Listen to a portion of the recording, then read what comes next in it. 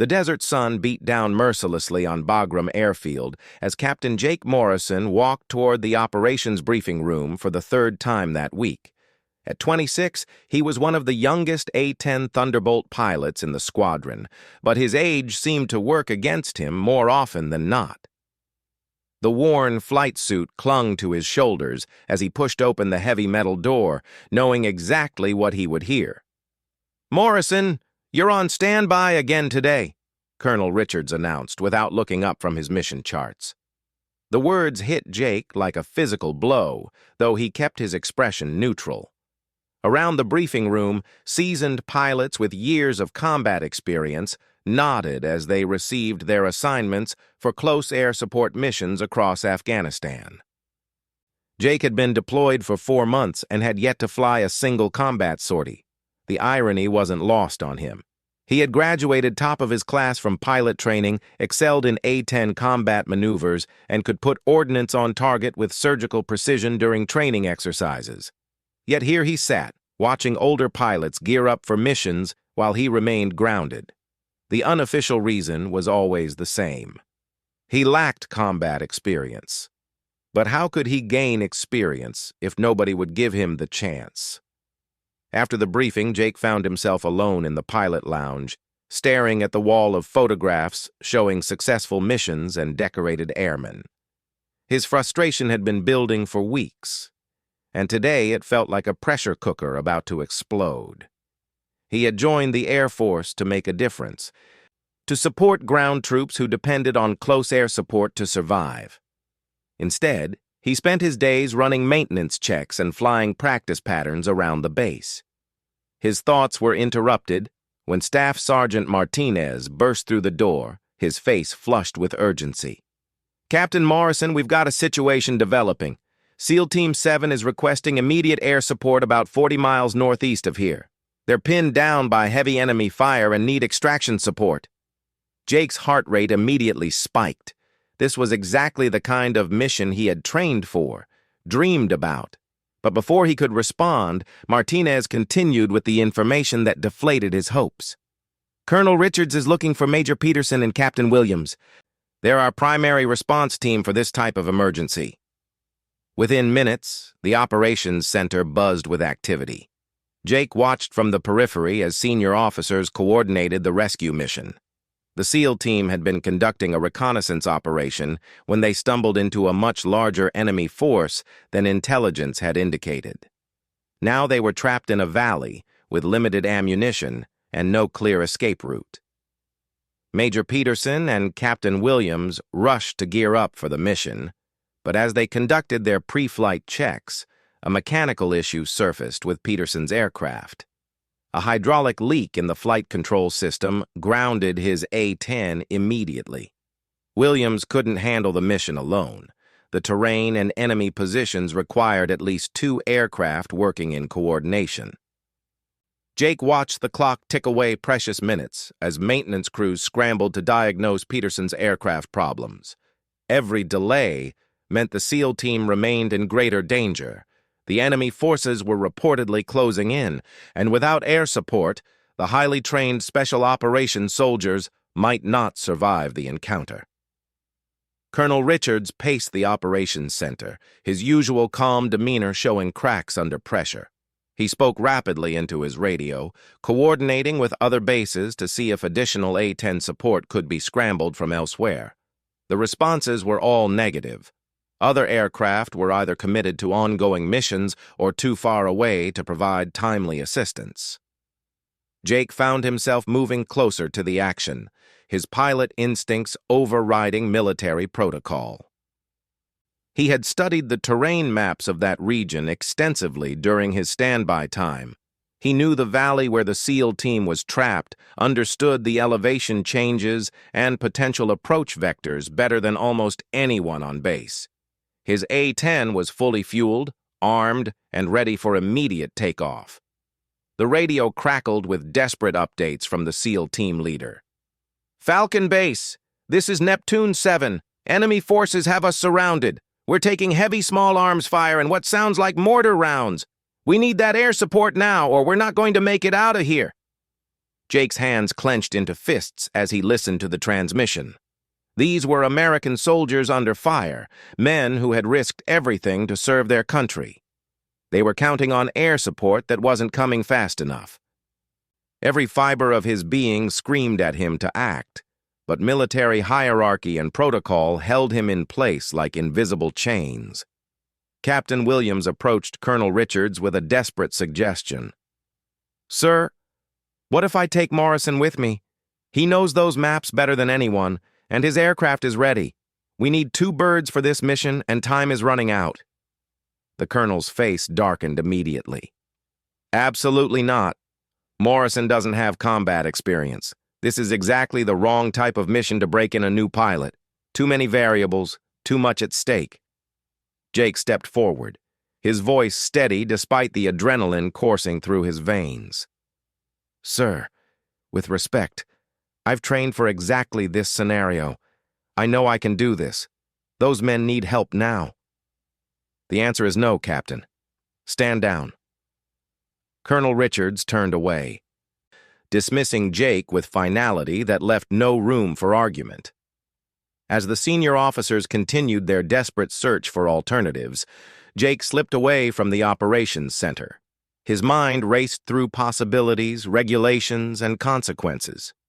Military protocol was clear. Disobeying a direct order could end his career and result in court-martial. But the voices of the trapped SEAL team echoed in his head, their situation growing more desperate by the minute. He found himself walking toward the flight line, where his A-10 sat ready and waiting. The aircraft seemed to call to him, its shark-like profile and heavy armament representing the difference between life and death for the men trapped in that distant valley. Jake knew he was approaching a crossroads that would define not just his military career, but his entire life. The sun was beginning its descent toward the horizon, and Jake realized that darkness would only make the SEAL team's situation worse. Enemy forces could move more freely under cover of night, and extraction would become nearly impossible. The window for effective air support was closing rapidly, measured in minutes rather than hours. Standing beside his aircraft, Jake made a decision that would change everything. He began his pre-flight inspection with methodical precision, checking every system and weapon mount. If he was going to do this, he would do it right. The SEAL team deserved nothing less than his absolute best effort, regardless of the personal consequences he might face later. Jake's hands moved with practiced efficiency as he completed his pre-flight checks, muscle memory taking over while his mind grappled with the magnitude of what he was about to do. The A-10's twin engines hummed to life with their characteristic whine, and he felt the familiar vibration through the aircraft's frame. This was the moment of no return. He taxied toward the runway without clearance, knowing that once tower control realized what was happening, they would order him to stop. His radio crackled with routine traffic, but Jake switched to the emergency frequency where he could monitor the SEAL team's increasingly desperate situation. "Neptune 7 to Falcon Base. We've got enemy movement on 3 sides now. They're bringing up heavy weapons. If you don't get us air support in the next 15 minutes, you can scratch this mission and these call signs." The urgency in the SEAL team leader's voice eliminated any remaining doubt in Jake's mind. He pushed the throttles forward and rolled onto the runway without waiting for takeoff clearance. Behind him, he could see ground crews pointing and gesturing frantically. His radio exploded with calls from the tower, demanding he explain his actions and return to the taxiway immediately. Jake switched off his radio and pulled back on the stick, lifting his A-10 into the Afghan sky. Below him, Bagram Airfield fell away as he banked northeast toward the coordinates where 8 American Special Operations soldiers fought for their lives. The die was cast now. There was no turning back. Flying low through the mountain valleys, Jake reviewed everything he knew about close air support procedures. He had memorized the rules of engagement, studied countless scenarios, and practiced target identification until it became second nature. But this was different. This was real combat with real lives hanging in the balance. 25 minutes after takeoff, Jake reached the valley where Neptune 7 was trapped.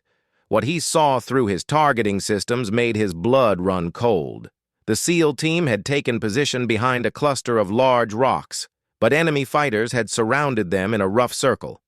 Muzzle flashes lit up positions all around the valley floor, and Jake could see the distinctive signatures of rocket-propelled grenades being fired at the Americans' position. He switched to the emergency frequency and transmitted his first words since leaving base. Neptune 7, this is Falcon 4-2. I'm an A-10 on station for close air support. Send me your situation and marking. The response came immediately, filled with relief and disbelief. Falcon 4-2, where the hell did you come from? We weren't told about any air support inbound. Long story, Neptune 7. Right now I need you to mark your position so I can identify friendlies and begin engaging targets. Jake circled the valley at 3,000 feet, high enough to avoid small arms fire, but low enough to clearly identify targets. Through his targeting pod, he could see the SEAL team's infrared strobes marking their position behind the rocks. Around them, at least 30 enemy fighters had established firing positions, some as close as 50 meters from the Americans. The SEAL team leader's voice cut through the static. Falcon 4-2. We've got enemy positions at our 2 o'clock about 60 meters out. Heavy machine gun nest that's been giving us problems. Can you take it out? Jake locked onto the target, a sandbagged position where he could clearly see muzzle flashes from a crew-served weapon. The shot would require precision, close enough to the friendly position that any error could be catastrophic. His training kicked in as he rolled into his attack run, lining up the target in his heads-up display. Neptune 7, heads down, guns inbound from the south. Jake squeezed the trigger, and his A-10's GAU-8 Avenger cannon roared to life. The 30mm depleted uranium rounds tore through the enemy position with devastating effect, silencing the machine gun immediately. He pulled up from his run and circled to assess the damage, watching through his targeting system as secondary explosions indicated he had hit an ammunition stockpile. Outstanding shooting, Falcon 4-2. That bought us some breathing room. We've got more targets for you. For the next hour, Jake methodically worked his way around the valley, engaging enemy positions with surgical precision. Each attack run required careful calculation of wind, elevation, and proximity to friendly forces. The margin for error was virtually zero, but Jake's training and natural flying ability served him well. He used his cannon to eliminate individual fighting positions, then switched to his Maverick missiles for hardened targets. When the SEAL team identified a group of enemies attempting to flank their position, Jake engaged them with a perfectly placed rocket strike that sent the survivors fleeing across the valley floor. The tide of battle was turning, but Jake's fuel gauge told a different story. The extended flight from Bagram and the multiple attack runs had consumed most of his fuel supply. He would soon face a critical decision: return to base while he still had enough fuel, or continue supporting the ground troops until his tanks ran dry. Neptune 7, what's your current situation? I'm getting low on fuel and may need to head home soon. The SEAL team leader's response was immediate and desperate. Falcon 4-2, we're in much better shape thanks to you, but we're not out of the woods yet. We've still got enemy contact on 2 sides and they're regrouping for another assault. If you leave now, they'll overrun us before extraction can get here. Jake looked at his fuel gauge again, calculating time and distance back to Bagram. By normal procedures, he should already be heading home. But the men below were still in danger, and he was their only lifeline. He made another decision that defied regulations and common sense. Neptune 7, I'm staying on station. We're going to finish this. Over the next 30 minutes, Jake continued his attacks with increasing urgency.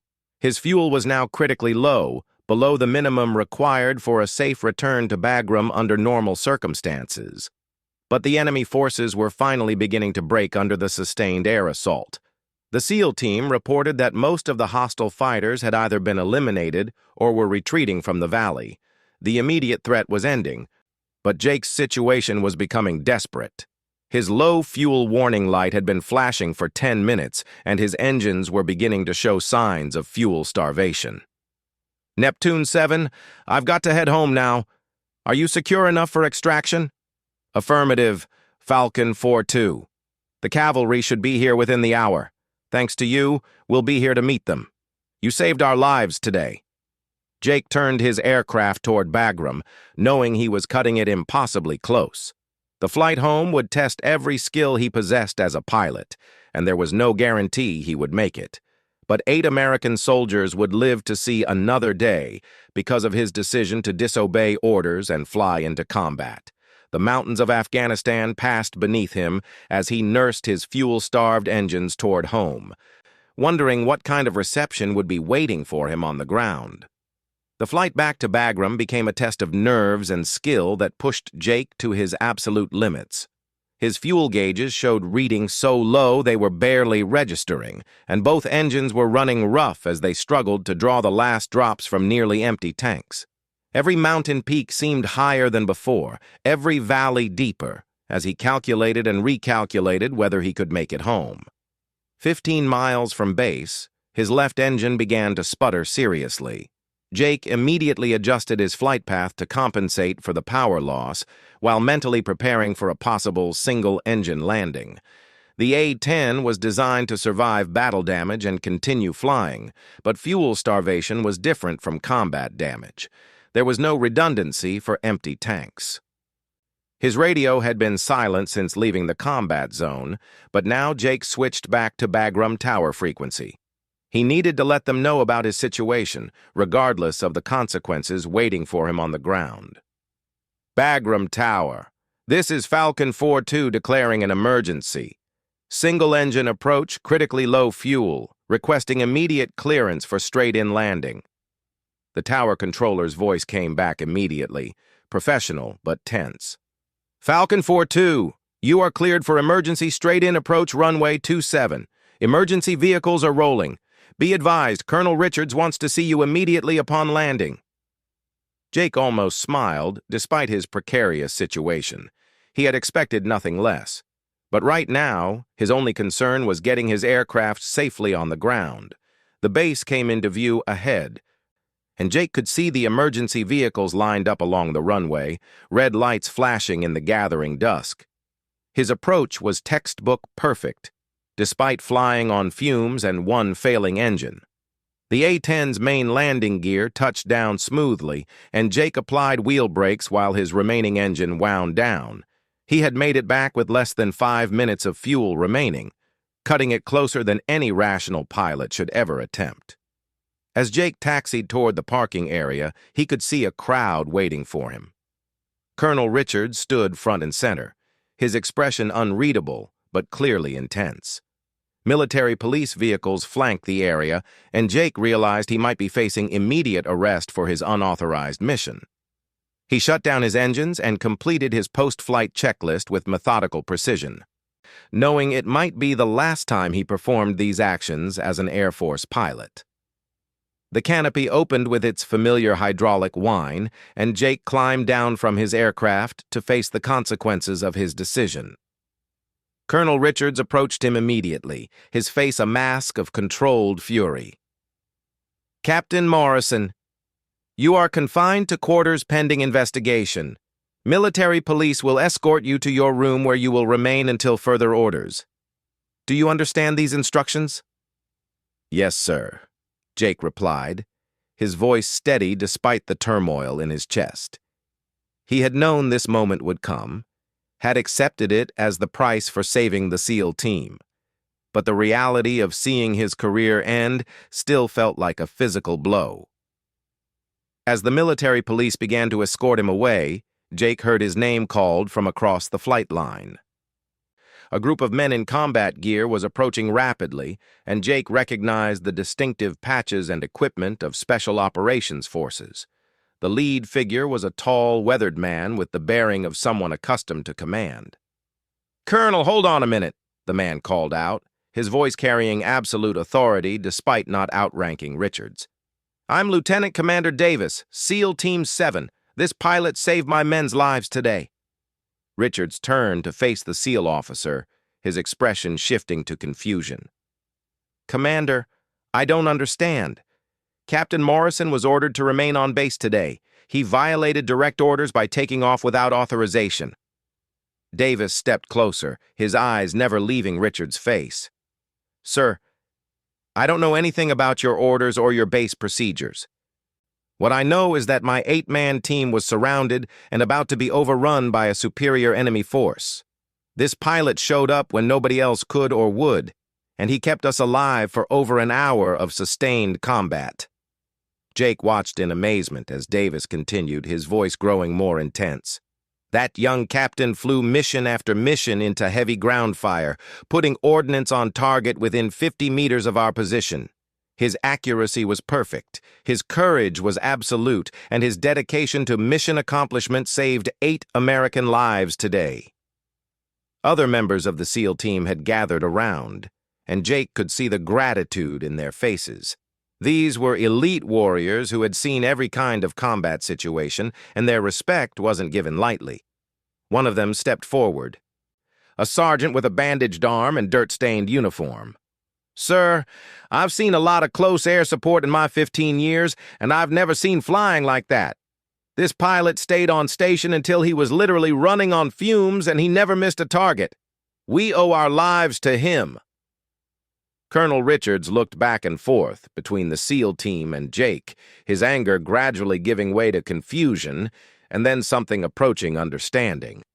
The radio on his belt crackled with an incoming message from higher headquarters, and Richards stepped away to take the call privately. Commander Davis approached Jake directly, extending his hand. "Captain, I wanted to thank you personally before we head out. What you did today was extraordinary, and my team will never forget it." Jake shook the SEAL officer's hand, feeling the firm grip of a man who understood the weight of life-and-death decisions. "Sir, I just did what needed to be done. I'm glad your team made it out safely." "More than safely, Captain. We accomplished our mission because of your support, and we're all going home to our families. That means everything." Colonel Richards returned from his radio call, his entire demeanor transformed. The anger was gone, replaced by something Jake couldn't quite identify. The colonel approached slowly, his eyes studying Jake with new intensity. "Captain Morrison, I just received a call from General Patterson at Combined Joint Task Force Headquarters. It seems word of today's mission has already reached the highest levels of command. The general wants a full debrief on the action, and he specifically requested that you be the one to brief him." Jake blinked in surprise, unsure how to respond. Richards continued, his voice taking on a tone Jake had never heard before. "Morrison, what you did today was wrong according to every regulation and procedure we follow. You violated direct orders, took unauthorized control of a military aircraft, and conducted combat operations without clearance." Jake braced himself for the formal charges and court-martial proceedings that would follow, but Richards surprised him again. "You also demonstrated exceptional courage, superior flying skills, and absolute dedication to supporting our ground forces.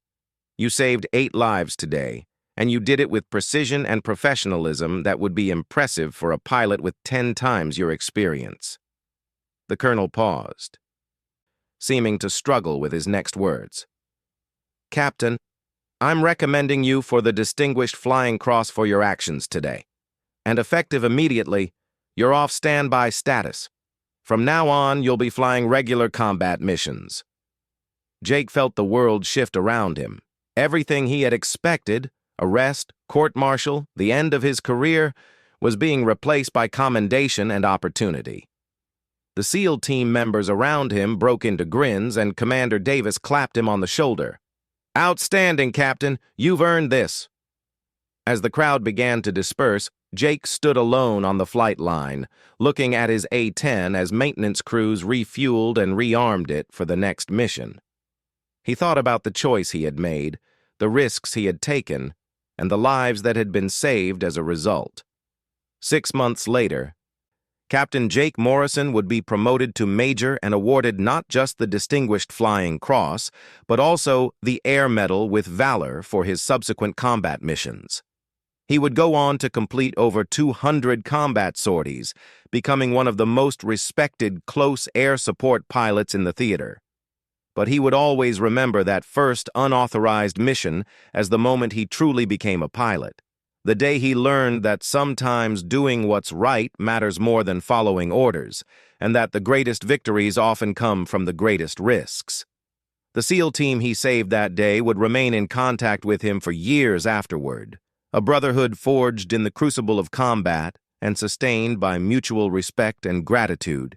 Standing on the flight line that evening, Jake finally understood what it meant to be not just a pilot, but an airman committed to the sacred duty of protecting those who fight on the ground below.